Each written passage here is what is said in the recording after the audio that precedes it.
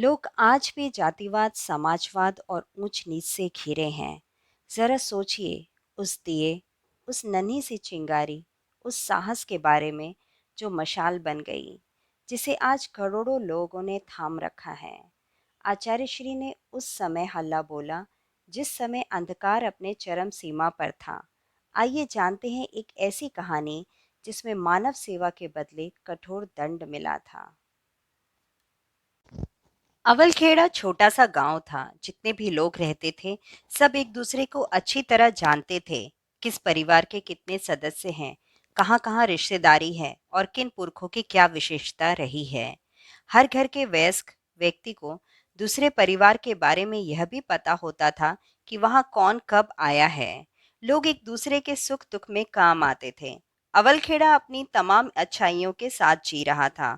बुराइयां भी थी। उनमें सबसे बड़ी बुराई जातिगत ऊंच नीच और छुआछूत की थी।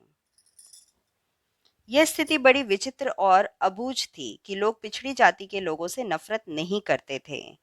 उनके सुख दुख का ध्यान भी रखते, लेकिन उनसे दूर दूर रहते थे। ब्याह शादियों में उन्हें बुलाया जाता था, लेकिन उन्हें अपने समूह में शामिल नहीं किया जाता था। उन्हें अलग पंथ में भोजन कराया बिठाया जाता।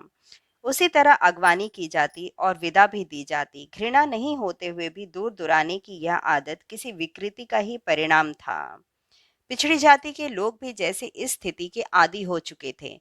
वे ऊंची जाति वालों की बस्ती में नहीं जाते, उनके घरों के सामने से नहीं निकलते। निकलना ही होता तो जूते या मोजड़ियों को हाथ में लेकर नंगे पांव निकलते। उनका सिर झुका होता और टोपी या साफा भी उतार कर हाथ में रख लेते। ऊंची जाति वालों को छूना तो दूर, अपनी छाया भी उन पर नहीं पड़ने देते।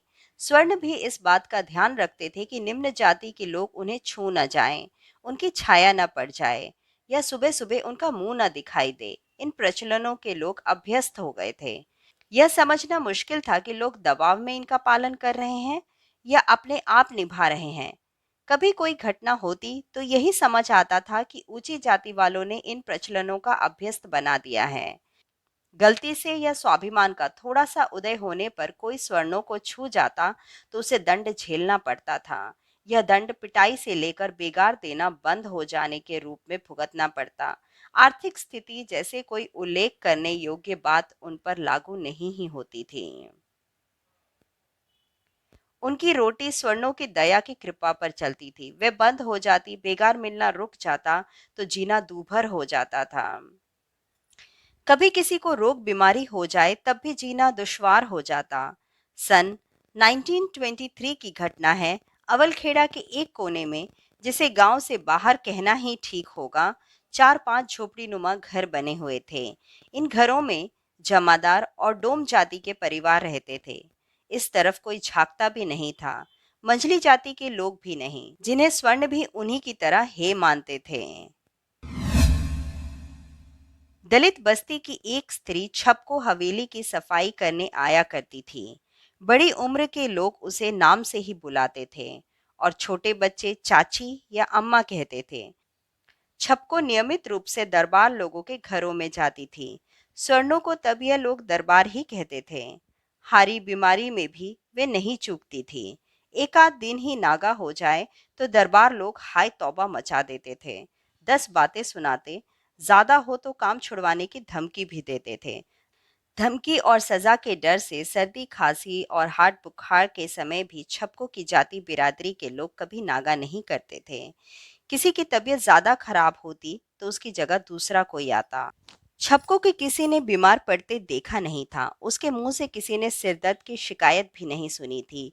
एक दिन छपको हवेली नहीं पहुंची। शाम तक इंतजार किया, वह नहीं आई।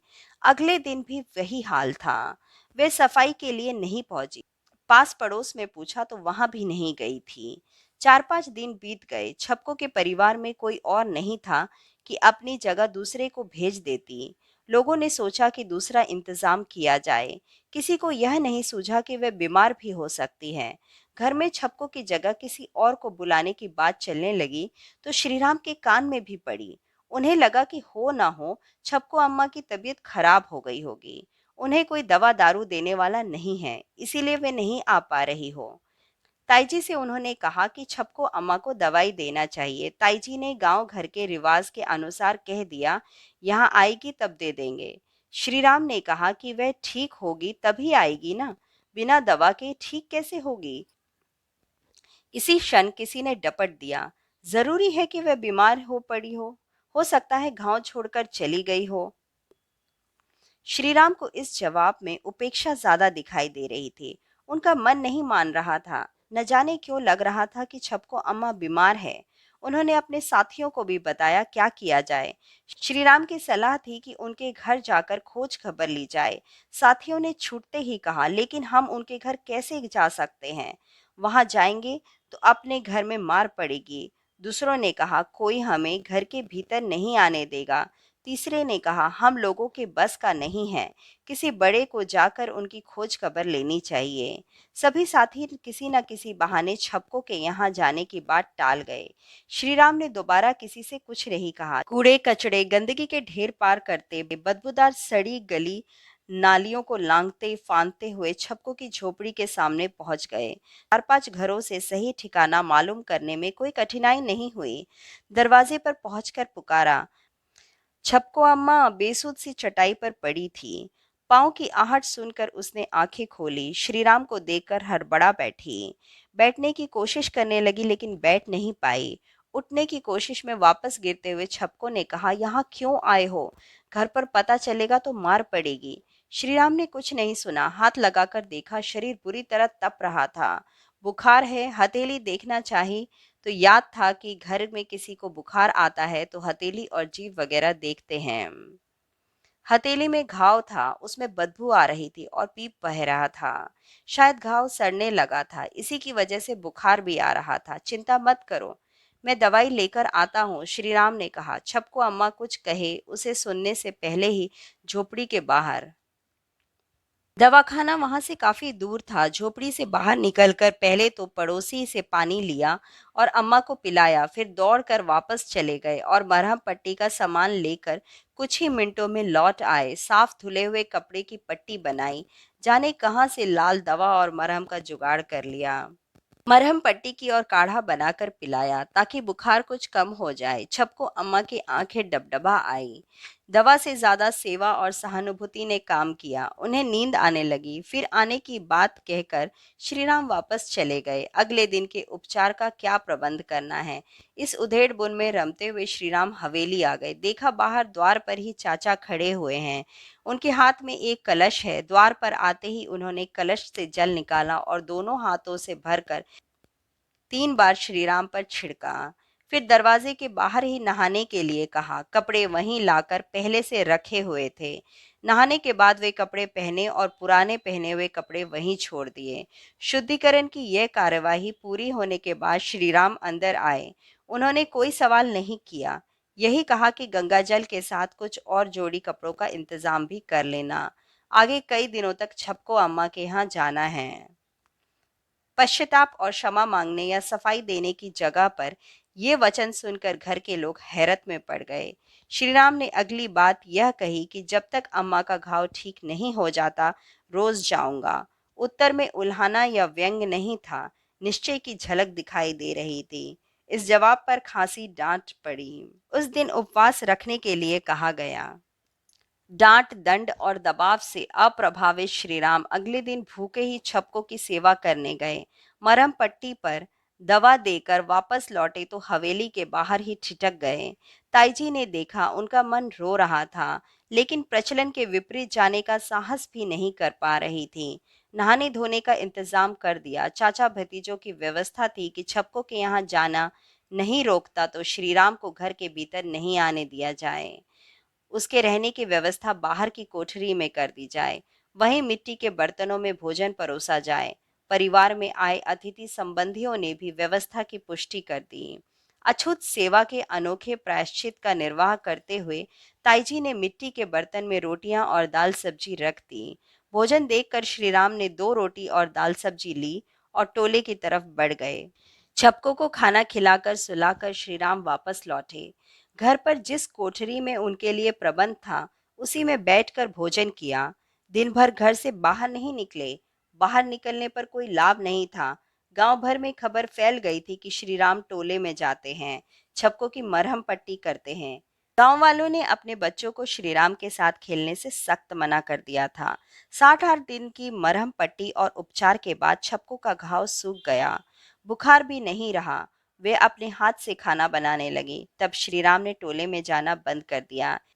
इस बीच अलवर में भागवत कथा संपन्न कर पिताश्री घर लौट आए थे। देहरी पर पांव रखते ही उन्होंने श्री राम को बाहरी कोठरी में जमीन पर चटाई बिछाए सोते हुए देखा। तुरंत पूछा कि क्या हुआ, यहाँ क्यों? छोटे भाई देवलाल ने पूरा घटनाक्रम सुना दिया। उन्हें आशा थी कि शौचाचार की इतनी कड़ाई से पालन हुआ देख बड़े भैया प्रसन्न होंगे। आज तक अवलखेड़ा और आसपास के गांव में किसी ने भी टोले में जाकर अपना धर्म नहीं बिगाड़ा। ऐसी स्थितियां ही नहीं बनी कि कोई निर्णय लेना पड़े। अपने यहाँ स्थिति बनी और छोटे भाई ने अपने भतीजे के लिए दृढ़ व्यवस्था दे दी। धर्म अधिकारी का दायित्व अच्छी तरह निभा लेने के लिए सराहना भी होगी। हुआ उल्टा ही। पंडित जी ने कहा, देवलाल तुमने ये क्या किया? भागवत परिवार में किसी को सेवा शुश्रूषा के लिए प्रायश्चित करना पड़े, यह धर्म विरुद्ध है। उन्होंने श्री राम की पीठ थपथपाई और कहा, पुत्र तुमने भागवत धर्म के मर्म को पा लिया है। इस बीच आसपास के लोग भी हवेली में आ गए थे। वे पंडित जी को प्रणाम करने आए थे, लेकिन देवलाल को उल्हाना मिलते देख ठहर गए थे। पंडित जी कह रहे थे कि तुमने सुना है ना कि संत एकनाथ ने गंगोत्री से लाया गंगा जल रामेश्वरम में भगवान शिव पर ना चढ़ाकर एक गधे को पिला दिया था और भगवान ने उसे अभिषेक के रूप में ग्रहण कर लिया था। जीवन परमात्मा की देन है, उसकी रक्षा से बड़ा कोई धर्म नहीं है। कुछ देर चुप रहकर वे फिर बोले, लेकिन दोष तुम्हारा भी नहीं है, समाज की मान्यताएं ही गड़बड़ हैं। बहुत दिन तक यह सब नहीं चलने वाला, बदलेगा, धीरे धीरे सब बदलेगा।